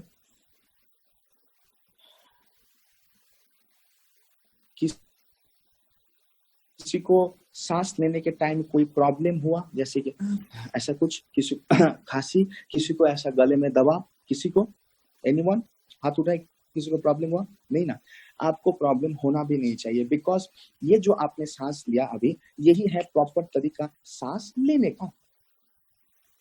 तो ये जो आपने आसानी से, आराम से जो आपने सांस लिया, वो सांस लेने का ड्यूटी किसका था? लंग्स का, पॉक्सो का, फेफड़े का। तीनों लैंग्वेज बोला, लंग्स का, आपके लैंग्वेज में पॉक्सो का, मेरे लैंग्वेज में फेफड़े का। तो इसका ड्यूटी था, लंग्स का ड्यूटी था कि आपके से निकाले और बाहर के ऑक्सीजन आसानी से लाए। तो लंग्स अगर ठीक से काम कर रहा है तो ऑटोमेटिकली ही आपका सांस ले सकता है। क्योंकि जैसे हम लोग ये सांस लिए, जैसे मैं आपको लेके दिखा रहा हूँ, मेरे तरफ अटेंशन दे, लिखे बाद में मेरे तरफ अटेंशन दे, आपने सांस, तो कुछ ऐसा हुआ। ओके, अभी मेरे हाथ को देखिए, ठीक है, हाथ को ध्यान से देखिए, ये लंग्स है,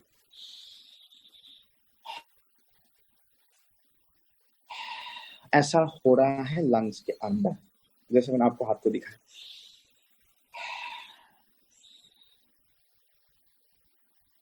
हमारा दो साइड में ये अगर ठीक से है, इसका स्ट्रक्चर ठीक, इसका जुड़ा हुआ ठीक, तो इसका फंक्शन भी ठीक होगा ना। ये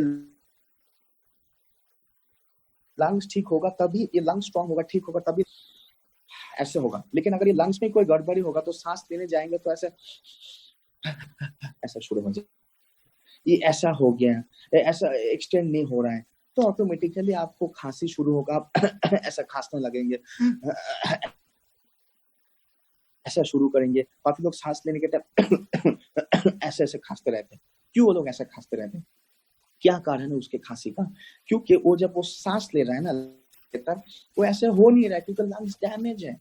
ओके, कुछ ना कुछ ऐसा हो रहा है, थोड़ा हो रहा है, पूरा नहीं हो रहा है, तो उसको सांस लेने में हो जाता है। उसको बोलते हैं दमा बीमारी, जो आप दमा पेशेंट्स में देखते हैं, एस्थमा पेशेंट्स में देखते हैं। इसका मतलब है अगर बेचारा वो सांस लेने,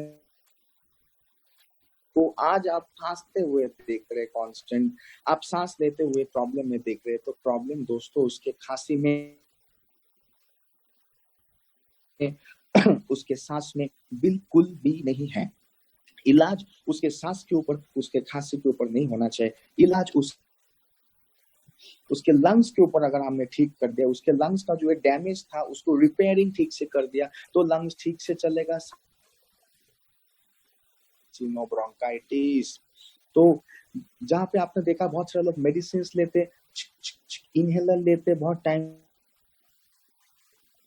खुल नहीं रहा है, इनहेलर लिया, लंग्स को खोल दिया कुछ टाइम के लिए, मैंने एटलीस्ट कुछ टाइम के लिए वो लंग्स चला, फिर धीरे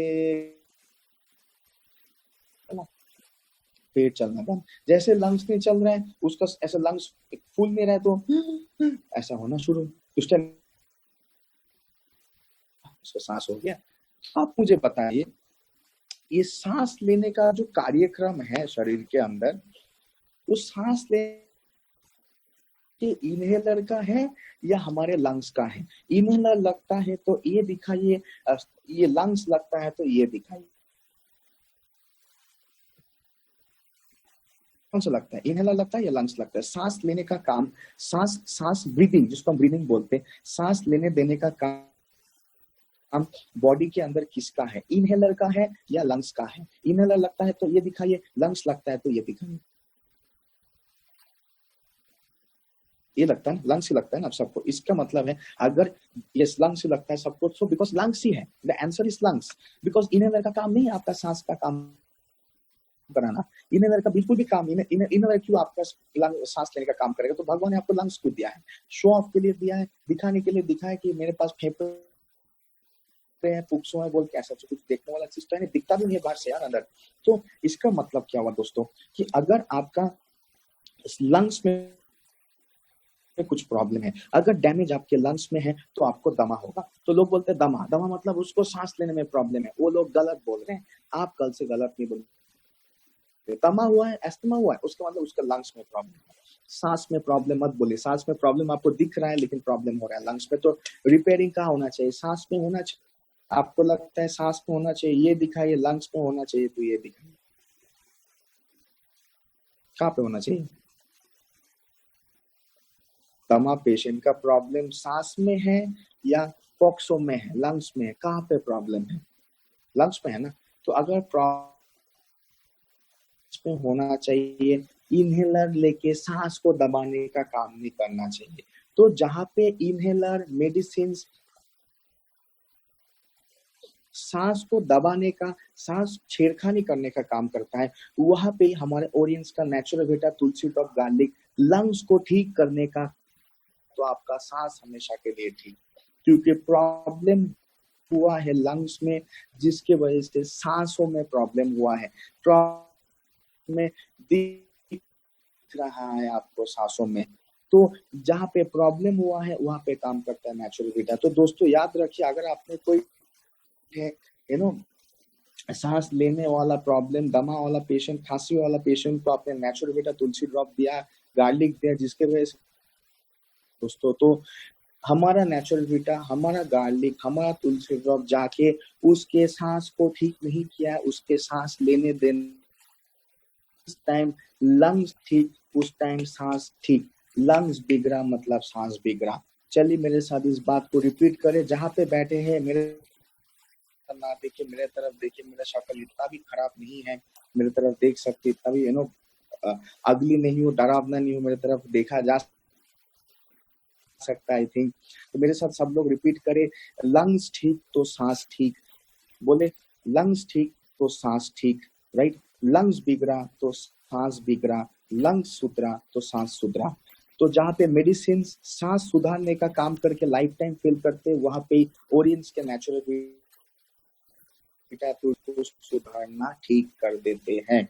यही तरीके से हमारे ओरियंस के प्रोडक्ट लंग्स के ऊपर काम करते हैं। जैसे सेम तरीके से हमारा डाया केयर डाया जूस जाके, हमारा टोटल एंटीऑक्सीडेंट जाके किसी भी डायबिटीज पेशेंट का ब्लड शुगर को डाउन नहीं किया है, जाके छेड़खानी नहीं किया है, जाके उसने उस मुरझा हुआ पैंक्रियास को Dia Care Dia Juice antioxidant जाके प्यार मोहब्बत खाना पीना टाइमली ताजा हो गया, इंसुलिन ताजा हो गया, ब्लड शुगर ठीक हो गया, आप ताजा हो गए। So this is the mechanism of the Orions. Product समझ जाए, किसी को भी समझाना दोस्तों 20 मिनट आधा घंटे का बात है। लंबा लंबा प्रेजेंटेशन देने की जरूरत नहीं है, लंबा कहानी सुनना पसंद नहीं।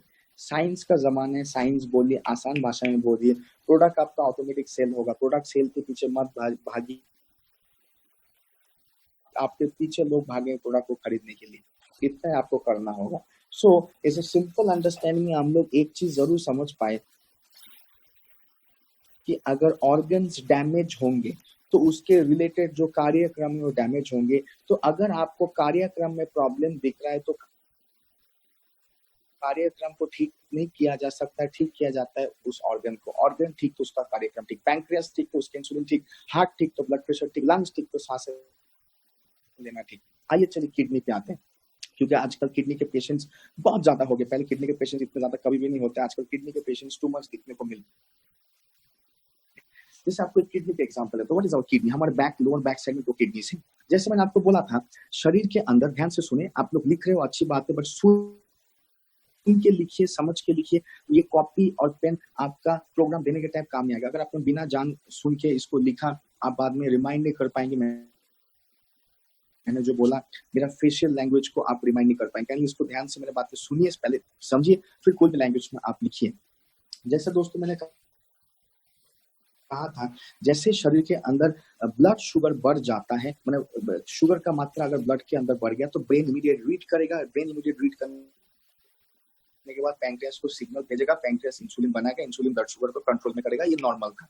सेम वे जब आपके शरीर के अंदर पानी का मात्रा जरूरत से थोड़ा ज्यादा हो जाए तो इसका मतलब बॉडी के लिए डेंजरस हो सकता है, ब्लड प्रेशर बढ़ सकता है, हार्ट के ऊपर प्रेशर, थोड़ा ब्रेन रीड करता है, ओ बॉडी में पानी इतना था अभी थोड़ा इतना हो गया, मैंने बॉडी में पानी का मात्रा ज्यादा होती, ब्रेन रीड,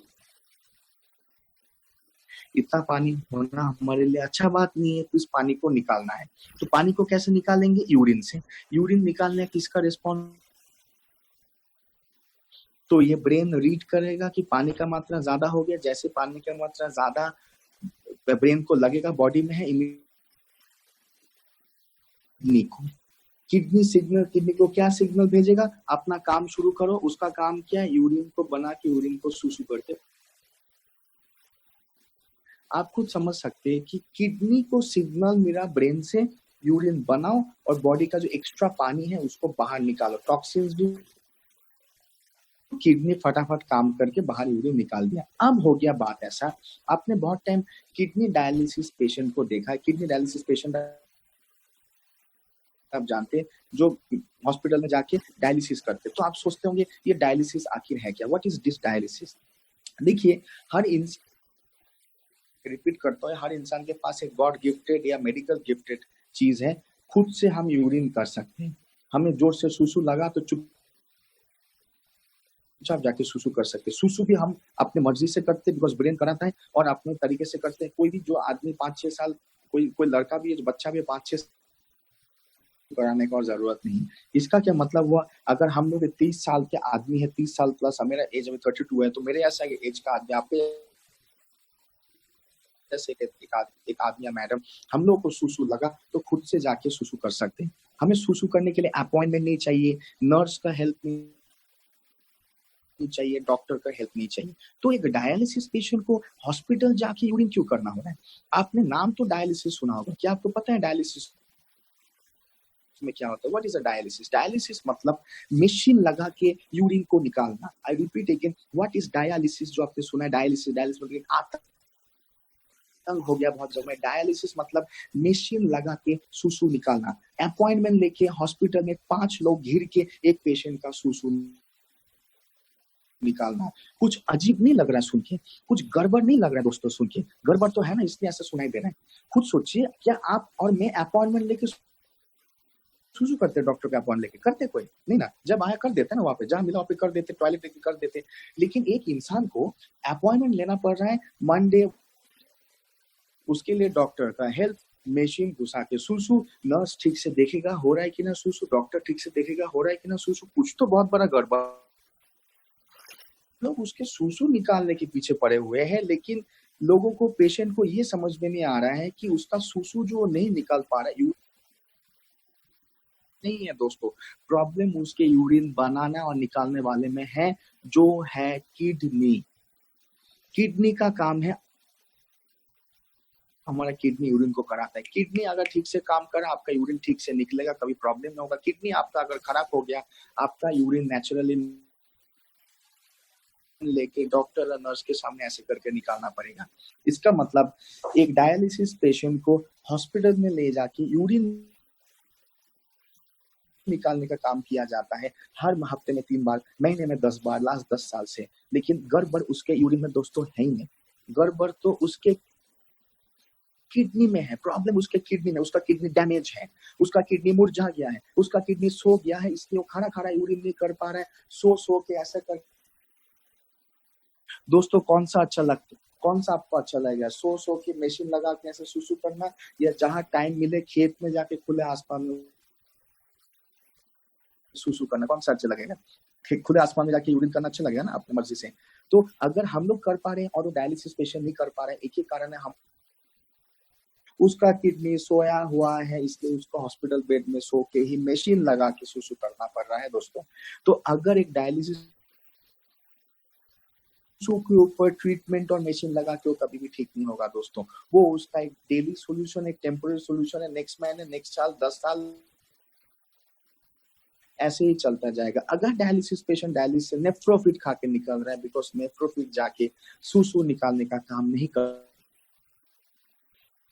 के बाद डायलिसिस पेशेंट 3 महीने में डायलिसिस से आउट। 3 साल से डायलिसिस कर रहे हैं, नेफ्रोफिट खाए, 3 महीने में डायलिसिस आउट। कैसे हुआ होगा? क्योंकि उस 3 में जाके उसका सोया हुआ, मुरझा हुआ, दुखी हुआ किडनी को फिर से स्ट्रॉन्ग करके खड़ा किया। जैसे किडनी स्ट्रॉन्ग होके खड़ा हुआ, आदमी हॉस्पिटल बेड छोड़ के खड़ा खड़ा खुद से यूरिन किया। डायलिसिस का जरूरत नहीं है। डायलिसिस मतलब artificial way of urine. Natural way of urine क्या है ना, अच्छे से पता है। नेचुरल वे ऑफ यूरिन क्यों बिगड़ रहा है? बिकॉज नेचुरल यूरिन कराने वाला किडनी बिगड़ गया है। किडनी बिगड़ गया तो यूरिन कहाँ से होगा? यूरिन नहीं होगा, यूरिन आएगा नहीं, यूरिन तो प्रॉब्लम होगा। यूरिन नहीं होगा तो बॉडी में पानी ज्यादा जम जाएगा, टॉक्सिन ज्यादा जम जाएगा, आपका हार्ट अटैक, लंग्स अटैक होना, ऐसा होना बात है। इसलिए हो जाएगा आपके लंग, आपके ऑर्गन्स के अटैक। तो उस टाइम बॉडी से एक्स्ट्रा पानी और एक्स्ट्रा टॉक्सिन को निकालना है दोस्तों। तो उसको निकाले कैसे? मशीन लगा के निकाल रहे। आज निकाला मशीन लगा के, फिर 2 दिन बाद निकाला, 2 दिन फिर बाद निकाला, 2 हफ्ते बाद, 2 साल बाद, 2 महीने बाद, 20 साल बाद भी वही सिलसिला जारी रहेगा। तो नेफ्रोफिट जाके उस सिलसिला को बंद कैसे कर रहा है? क्योंकि नेफ्रोफिट नेफ्रोफिट डायलिसिस का सिलसिला बंद कर रहा है, बंद किडनी को चालू करके। Could you understand? कि आप समझ पा रहे? नेफ्रोफिट जाके डायलिसिस पेशेंट का डायलिसिस का सिलसिला बंद कर रहा है, बंद किडनी को चालू करके। ताकि बंद किडनी चालू हो जाएगा तो आदमी खुद से यूरिन कर पाएगा। मशीन लगा के उसको यूरिन नहीं करना होगा। तो जहाँ पे डायलिसिस फोकस कर रहा है, मेडिसिन फोकस कर रहा है यूरिन निकालने में, वहां पे ओरियंस के न्यूट्रोसिटिकल्स फोकस कर रहा है यूरिन निकालने वाला ऑर्गन किडनी को फिर से खड़ा करके काम कराने में। तो डायलिसिस पेशेंट को जाके मत बोलिए नेफ्रोफिट लीजिए डायलिसिस ठीक होगा, नेफ्रोफिट लीजिए डायलिसिस ठीक होगा। पहले ये बात मत बोलिए, जाके बोलिए किडनी क्या है, यूरिन क्या है, किडनी यूरिन का काम, किडनी का काम क्या है, और डायलिसिस क्या है। उससे यार कुछ मत बोलिए। आप उसको समझा दीजिए, सर आप लास्ट 3 साल से है ना डायलिसिस में? हाँ। उससे पहले थे डायलिसिस में? उससे पहले खुद से यूरिन करते थे? हाँ। तो उसको जाके इतना समझाइए, बॉडी में एक्स्ट्रा पानी होता है, टॉक्सिन होता है, तो कर रहा है तो यूरिन ऑटोमेटिकली नेचुरली निकलेगा जैसे निकलना चाहिए। अगर किडनी बिगड़ गया तो नेचुरली यूरिन नहीं निकल पाएगा दोस्तों। प्रोडक्ट्स खाइए सर, आपका डायलिसिस छूट जाएगा। ये थोड़ा सेल्समैन वाला बात हो गया। जाके ये समझाइए, सर आपको पता है आपको मशीन लगा के क्यों यूरिन करना पड़ रहा है? मैं मशीन लगा के नहीं करता यूरिन, आप मशीन लगा के करते हैं। आप आज से 3 साल पहले मशीन लगा के नहीं करते थे, अभी आप मशीन लगा के करते। कभी सर आपने अपॉइंटमेंट लेके डॉक्टर और नर्स के सुपरविजन में यूरिन करना हो रहा है? सर इसलिए करना हो रहा है बिकॉज आपका जो यूरिन बनाना और निकालने वाला है सो के सूसू करना पड़ रहा है सबके सामने। तो अगर आप चाहते फिर से खड़ा होकर सूसू करने के लिए, जैसे हम लोग नेचुरल करना होगा जो हमारे ऑडियंस के प्रोडक्ट करते हैं। तो सर मैं आपको प्रोडक्ट सेल करने के लिए सर नहीं आया हूँ, मैं बस आपको ऑप्शन देने के लिए आया हूँ। करना चाहेंगे पहले जैसा, या सोए लाइफ टाइम मशीन लगा के सूसू निकालना चाहेंगे? अगर आप फिर सूसू करना चाहते हैं तो सर वेलकम टू ऑडियंस, मैं आपकी सेवा के लिए हाजिर हूँ और मेरे प्रोडक्ट्स आपके लिए हाजिर है। You are most welcome. अगर आप चाहते सोए सूसू करना चाहते हैं तो सर वही ठीक है, वही करते रहिए। Also thank you so much. इतना जाके बोलिए, वो डायलिसिस का मशीन लेके आपके घर तक भागा आएगा, इसको छुड़ा दो, ऑडियंस में आके ज्वाइन कर रहा हूँ, मेरे को ठीक करो। That is the way you need to teach people। लोगों को ऐसा सिखाइए, लोगों को इस तरीके से सिखाइए कि यहाँ पे उसका इन्फॉर्मेशन घुसने के बाद सीधा यहाँ पे चुप जाए।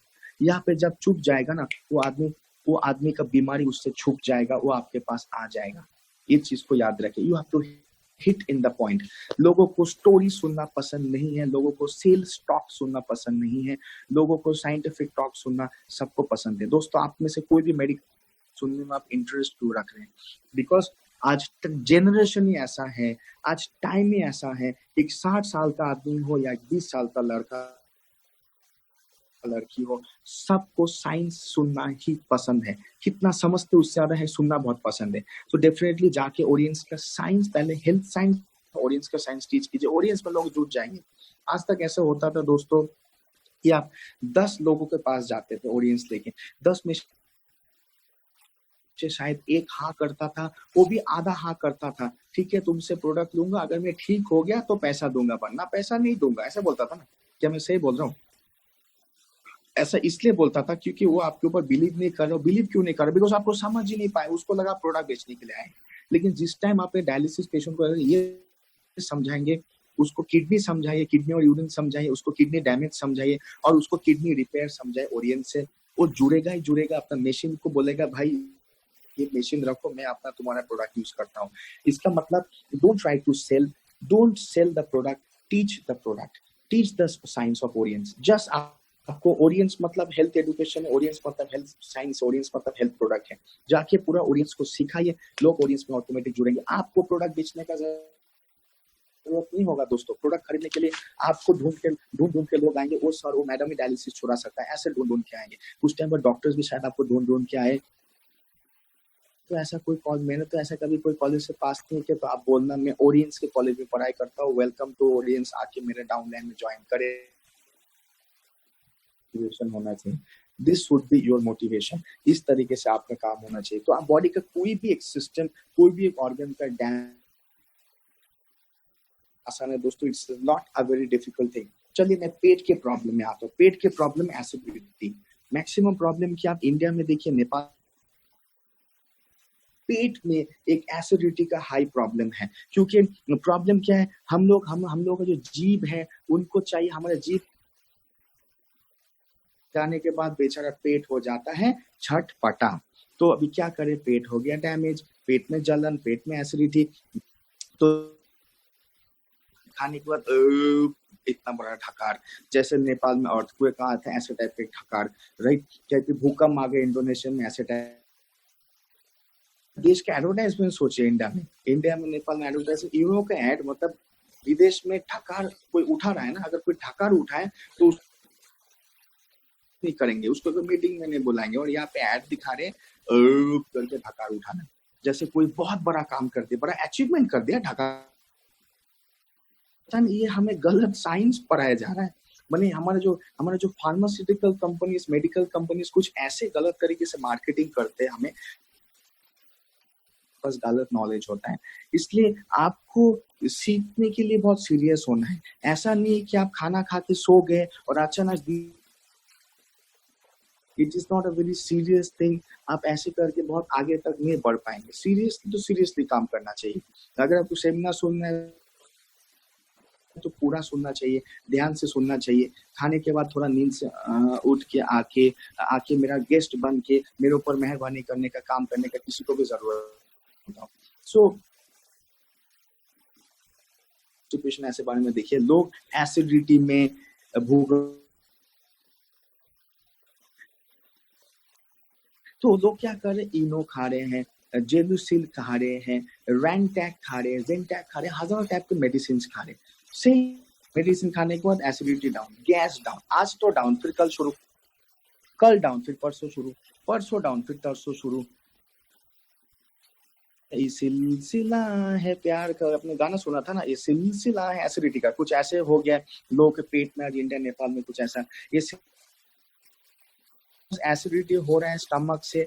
कोई भी आदमी स्टमक के ऊपर फोकस ना करके उस स्टमक से बना हुआ एसिड के ऊपर दबाना चाहते, छेड़खानी करना चाहते हैं, एसिड का प्रॉब्लम का भी लोगों का ठीक ही नहीं होता है। तो आपको इतना समझना है, अगर आपका जो स्टमक है वो ठीक से काम कर रहा है तो उससे एसिडिटी बिगड़ा मतलब हजम बिगड़ा, इंटेस्टाइन बिगड़ा मतलब टॉयलेट बिगड़ा। मैं फिर से रिपीट कर रहा हूँ, स्टमक बिगड़ा मतलब डाइजेशन बिगड़ा, इंटेस्टाइन बिगड़ा मतलब टॉयलेट बिगड़ा, मतलब टॉयलेट मतलब स्टूल बिगड़ा। ठीक है, इंटेस्टाइन का काम है फाइनली स्टूल को, जो आप जो सुबह जाकर स्टूल करते, फ्रेश अप करते, वेरी इंपॉर्टेंट प्रोसेस हमारे बॉडी का। वो जो हम इंपॉर्टेंट काम को करते हैं, जाके हम लोग बाथरूम में लैट्रिन करते हैं, स्टूल करते हैं, जैसे भी आप बोलना चाहिए, वो जो हम प्रोसेस को कर रहे हैं उसको हमारा इंटेस्टाइन कराता है। और ये जो खाना खाने के बाद आप जो खाने को हजम कर रहे हैं उसका मेन कैप्टन है हमारा स्टमक। सो आपका अगर स्टमक ठीक है पर इंटेस्टाइन ठीक है तो आपका टॉयलेट पासिंग ऑटोमेटिक ठीक है। ना टॉयलेट पासिंग ज्यादा होगा ना टॉयलेट पासिंग कम होगा, मतलब ना टाइट हो जाएगा ना लूज प्रॉपर मोशन होगा। तो मोशन को कंट्रोल करता है इंटेस्टाइन, हजम को कंट्रोल करता है स्टमक। इसका मतलब आपका जो पाचन बोलते हैं, पाचन प्रणाली, पाचन तंत्र, जैसे ही बोले डाइजेस्टिव सिस्टम बोलते हैं, वो डाइजेस्टिव सिस्टम का, पाचन प्रणाली का काम है रिसीव कर खाना को हजम करना, हजम करके बॉडी में अलग अलग जगह पहुंचाना, जो खाना जरूरत नहीं है उसको स्टूल से निकाल देना। सो अगर आपका पाचन रिलेटेड हर कोई काम ठीक होगा, हजम भी ठीक होगा, टॉयलेट भी ठीक होगा, पेट में जलन नहीं होगा। लेकिन अगर प्रणाली में प्रॉब्लम है, आपके स्टमक बोल के ऑर्गन में प्रॉब्लम है, आपके इंटेस्टाइन बोल के ऑर्गन में प्रॉब्लम है, आपके लिवर बोल के ऑर्गन, इनो जेलुसिल खा के जलन को डाउन कर सकते हैं, गैस को डाउन कर सकते हैं, दर्द को डाउन कर सकते हैं, टॉयलेट को निकाल सकते हैं, टॉयलेट को रोक सकते हैं। लेकिन आज करेंगे तो कल फिर से प्रॉब्लम आएगा। अगर उस प्रॉब्लम से छुटकारा पाना है तो प्रॉब्लम को जड़ से निकालना है। प्रॉब्लम का जड़ स्टमक, एसिडिटी और टॉयलेट में नहीं है। टॉयलेट इंटेस्टाइन से निकला हुआ एक प्रोडक्ट है। एसिडिटी स्टमक से, स्टमक जिस कहाँ से निकला हुआ प्रोडक्ट है, स्टमक से निकला हुआ प्रोडक्ट है एसिडिटी। इंटेस्टाइन से निकला हुआ प्रोडक्ट है आपका स्टूल। तो अगर आपका स्टूल खराब निकल रहा है या खराब हो रहा है तो उसमें स्टूल का फॉल्ट नहीं है दोस्तों, उसमें फॉल्ट है स्टूल बनाने वाले का, जिसको बोलते हैं इंटेस्टाइन। आपका अगर एसिडिटी बहुत ज्यादा प्रॉब्लम दे रहा है तो एसिडिटी का प्रॉब्लम नहीं है, प्रॉब्लम है जो एसिडिटी बना रहा है स्टमक। आपके पास मोबाइल फोन है, आप खुद सोच सकते हैं मोबाइल फोन फैक्ट्री से बन के आ रहे हैं और दुकान में बिक रहे हैं। अगर आपका मोबाइल फोन डैमेज है, मोबाइल फोन का बैटरी खराब है, मोबाइल फोन जब आपने खरीदा तो स्क्रीन ही खराब है, उसमें दुकानदार का फॉल्ट है, उसमें फैक्ट्री का फॉल्ट है। जिसमें करना होगा मोबाइल को नेक्स्ट टाइम मोबाइल का बैच ठीक निकालने के लिए। सेम वे अब जो भी ये बीमारी देख रहे, एसिडिटी, पेट मोशन, खाने के बाद ऐसे टाइप का हिचकी आना, खाने के बाद नेपाल का भूकंप जैसे ढकार मारना, राइट, ये सब का प्रॉब्लम है। तो आप पाचन प्रणाली को ही रिपेयर कर लीजिए, उसका डैमेज को रिपेयर कर लीजिए, तो उसके प्रॉब्लम्स ऑटोमेटिक। लेकिन अगर आप ऑर्गन को ना ठीक करके उसके कार्यक्रम के ऊपर छेड़खानी कर रहे तो उसका कार्यक्रम तो कभी ठीक। ऐसा सोचिए कि आपका स्टमक ऐसा है, आप खुद सोचिए आपका स्टमक ऐसा है, ओके, ऐसा सोचिए। मैंने स्टमक पहले या मुरझा होने के बाद, ये स्टमक पहले ऐसा था, कुछ टाइम बहुत तो मुरझा गया है, मुरझाने के बाद आपको एसिडिटी गैस का प्रॉब्लम शुरू हो गया। तो इस स्टमक को बैक टू नॉर्मल लाने में, फिर से मैं रिपीट करूं, आपका स्टमक पहले ऐसे गुड था, बहुत अच्छा था, वो लास्ट 5 साल तक ऐसे मुरझा गया है। जब वो कॉन्स्टिपेशन, पेट में दर्द, ढकार का प्रॉब्लम शुरू हुआ, तो आपको क्या करना चाहिए? आपको एसिडिटी गैस ढकार में काम करना चाहिए या नॉर्मल लाना चाहिए? अगर आपको लगता है एसिडिटी गैस पे काम करना चाहिए तो 1 दिखाइए, अगर आपको लगता है मुरझा हुआ स्टमक को ठीक करना चाहिए तो 2 दिखाइए। कौन सी के ऊपर काम करना चाहिए, एसिडिटी गैस के ऊपर या स्टमक के ऊपर? स्टमक के ऊपर है तो 2 दिखाइए, राइट। तो हम लोग किसके ऊपर? 2, राइट। इसका मतलब हम लोग स्टमक को बैक टू नॉर्मल लाना है। तो जहाँ पे मेडिसिन, जहाँ पे एलोपैथी मेडिसिन आके स्टमक का मुरझा हुआ कार्यक्रम को छेड़खानी करता है, वहां पे हमारा fruit fibre, aloe vera premium juice, antioxidant, wheat grass, moringa premium juice मुरझा हुआ स्टमक को एक वापस से ही जिंदगी देता है। मुरझा हुआ स्टमक को खाना पीना ठीक से, प्यार मोहब्बत टेक केयर करके उसको ठीक से जगह में लाता है। फिर ठीक वाला स्टमक ऑटोमेटिक ठीक वाला कार्यक्रम करता है। दोस्तों यही है, ये हमारा स्टमक का वर्किंग है। इसका मतलब आपका एसिडिटी हो रहा है ना, वो एसिडिटी को मत कोसिए, मुझे एसिडिटी हुआ है, बोलिए मुझे स्टमक में प्रॉब्लम हुआ है। हम लोग ऑडियंस के हेल्थ लीडर से, हम लोग बाकी लोगों से कुछ अलग ही बात करेंगे, साइंटिफिक बात करेंगे। आपको कल से अगर एसिडिटी हो रहा है, जलन हो रहा है, किसी को भी हो रहा है, यार मुझे ना बहुत एसिडिटी होता है, एसिडिटी नहीं हो रहा है सर, आपको स्टमक में प्रॉब्लम हुआ है, I can help you out, this is my product. तो बोले अरे स्टमक में प्रॉब्लम हुआ बेटा, मैं कुछ समझा नहीं। आपको कोई बुजुर्ग आदमी बोल सकते बेटा मैं कुछ समझा नहीं। अंकल सर मैं आपको समझाता हूँ, प्रॉब्लम क्या है कि हमारा स्टमक अगर ठीक होगा तो सर हमारे स्टमक का कार्यक्रम ठीक होगा, मतलब पाचन ठीक होगा। एसिडिटी मतलब खराब कार्यक्रम, डाइजेशन मतलब अच्छा कार्यक्रम, तो आपका जो स्टमक वही खराब हो गया, इसलिए आपका कार्यक्रम खराब हो रहा है, जिसके वजह से खराब कार्यक्रम मतलब एसिडिटी, खराब कार्यक्रम मतलब ढकार, हिचकी, पेट में दर्द, गैस होना। तो अगर आप चाहते हैं खराब कार्यक्रम हट के अच्छा कार्यक्रम हो, सही पाचन हो, तो सर मुरझा हुआ खराब वाला स्टमक को चलिए एक साथ मिलकर ठीक करते हैं। आप प्रोडक्ट, ये है मेरा ऑडियंस, ये है मेरा फॉर्मूला, इसके द्वारा ठीक होगा। इसलिए मैंने बोला don't go and sell product. Acidity patient मिला, सर फ्रूट फाइबर खाइए, एलोवेरा खाइए, एसिडिटी जाएगा। एसिडिटी भगाने के लिए नहीं बनाया हुआ है, गैस्ट्रिक प्रॉब्लम भगाने के लिए नहीं बनाया हुआ है, स्टमक, इंटेस्टाइन, लिवर, उसको ठीक करने के लिए बनाया हुआ। ये है हमारे प्रोडक्ट के काम करने के तरीका, माने ये है डिजीज और ये है प्रोडक्ट। मैंने आपको रिलेशन दिया हमारा का बिगड़ता कैसे, मतलब बीमारी क्या है और हमारे प्रोडक्ट का रिलेशन क्या है। आज का जो मैं टॉपिक दिया, मैंने ऊपर से बात किया, क्योंकि जो पार्ट 2 में आपका डिजीज का डेप्थ और प्रोडक्ट का डेप्थ एक साथ जाएगा। आज मैं दोनों को यहाँ पे रखा है, डिजीज को भी ऊपर रखा है, प्रोडक्ट को ऊपर टीम का मन आप इस बैच का होगा, वहां पे डिजीज डेप्थ में और पता चलेगा, और प्रोडक्ट भी आपको डेप्थ में उसके साथ कैसे काम कर रहा है डेप्थ में पता चलेगा। काफी टॉप लीडर्स भी पूछते हैं, वन डायमंड भी पूछता है, क्राउन एम्बेसडर काफी टाइम पूछता है कि सर प्रोडक्ट का ये बीमारी का कॉम्बिनेशन क्या है, सर डायबिटीज का कॉम्बिनेशन क्या है, हार्ट प्रॉब्लम का कॉम्बिनेशन क्या है, पेट का कॉम्बिनेशन क्या है। मैं एक ही आंसर देता हूँ। मैं पहले कॉम्बिनेशन सिखाता था, लेकिन मैं आजकल कॉम्बिनेशन दोस्तों नहीं सिखाता हूँ। सिखाएंगे तो हमारे लिए मुश्किल क्रिएट होगा। नहीं दोस्तों, नहीं लीडर्स, मैं कॉम्बिनेशन आजकल आपको नहीं सिखाऊंगा, क्योंकि आपके काम को आसान और बड़ा और लंबा बनाने के लिए। क्योंकि मैंने अगर आपको कॉम्बिनेशन सिखा दिया तो मैं आपको रेडीमेड बिरयानी दे दिया खाने के लिए, लेकिन मैं आपको कॉम्बिनेशन नहीं दूंगा, मैं आपको कॉम्बिनेशन बनाना सिखाऊंगा। आप कौन सा चाहते हैं? आप कॉम्बिनेशन सीखना चाहते हैं या कॉम्बिनेशन कैसे बनाते हैं उसको सीखना चाहते हैं? कॉम्बिनेशन सीखना चाहते हैं तो ये दिखाए, कॉम्बिनेशन बनाना सीखना चाहते हैं तो ये दिखाए। कौन सा चाहते हैं? कॉम्बिनेशन बनाने को सीखना चाहते हैं।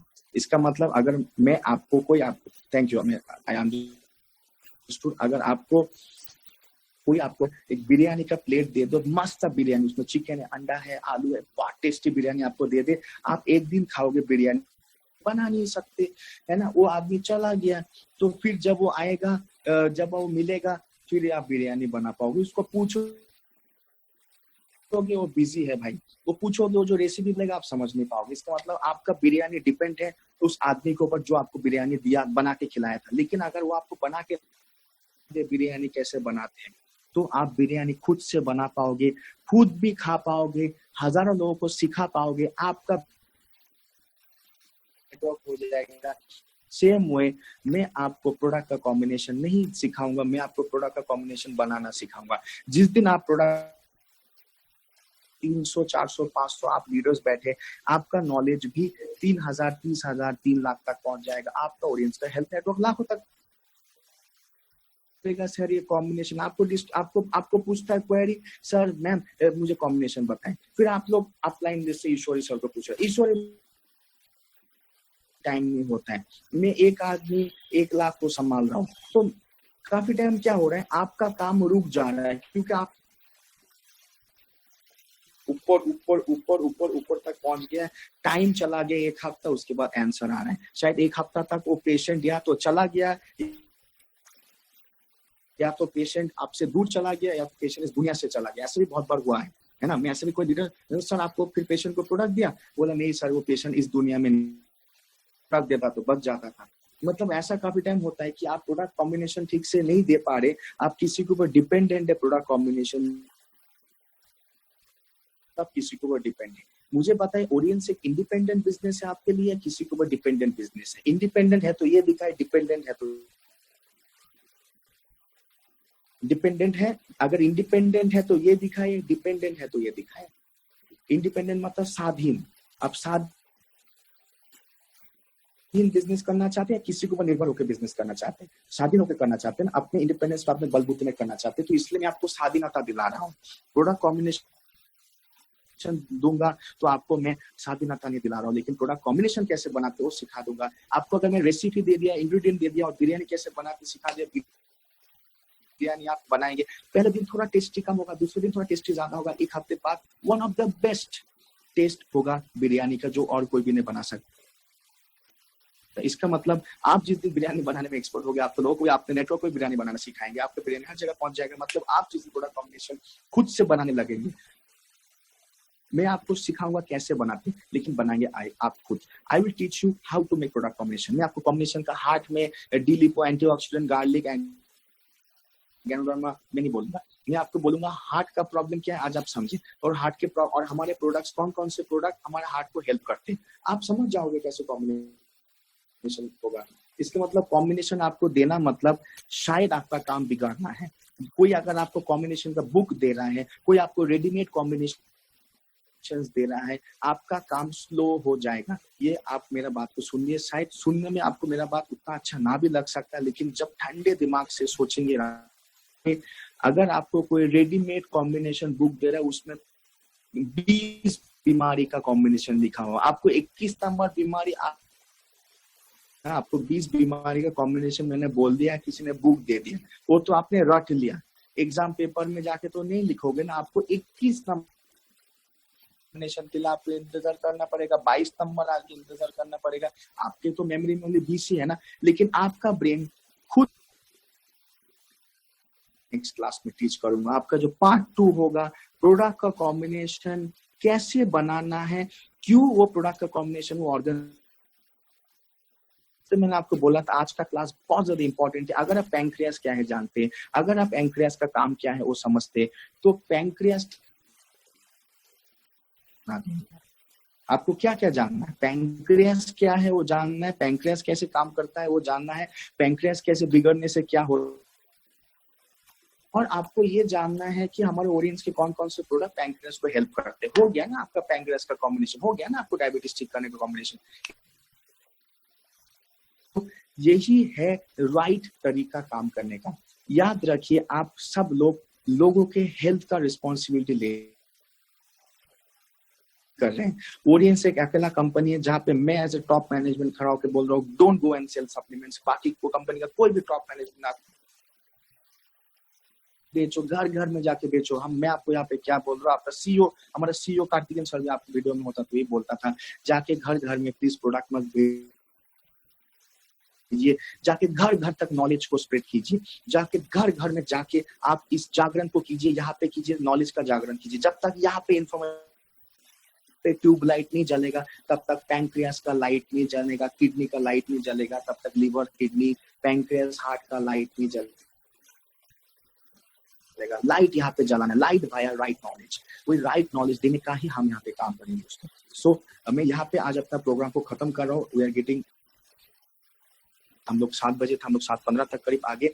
सो आपको मैंने जो भी आज सिखाया है रिविजन करें अच्छे से, इस चीज को रिवाइज करें, अपने आपस में डिस्कस करें, ईश्वरी सर को अपने फीडबैक्स दे, एंड नेक्स्ट जो क्लास होगा उसके लिए प्रिपेयर करें। मैंने आपको जो भी आज सिखाया है, अगर उसमें से आप 10% भी अपने दिमाग में ले पाए हैं, प्रैक्टिस करेंगे तो नेक्स्ट क्लास तक 1 हफ्ते बाद या 5 दिन बाद ये 10% 20% हो जाएगा, क्योंकि प्रैक्टिस करते करते आप शार्प हो जाएंगे, तब मेरे लैंग्वेजेस आपको और जल्दी समझ में आ जाए।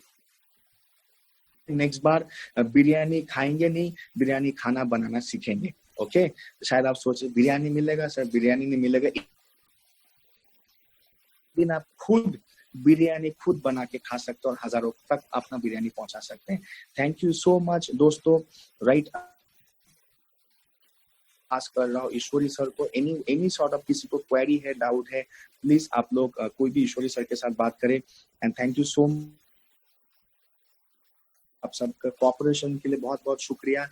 अब नेक्स्ट पार्ट के लिए मिलते हैं। ये फास्ट एंड फ्यूरियस मूवी है, पार्ट 1।